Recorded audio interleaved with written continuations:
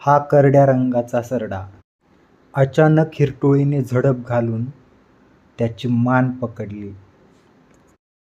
मानेवरची पकड अधिक घट्ट करण्याचा प्रयत्न हिरटोळीकडून सुरू आहे. हिरटोळीने सरड्याची शिकार केलेली आहे.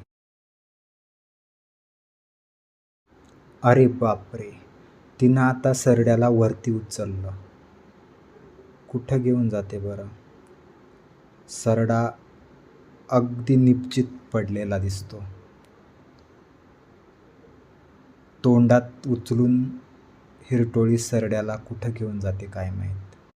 हिरटोळी आता नीट सरळ होऊन झाडावरती जाण्याचा प्रयत्न करत आहे.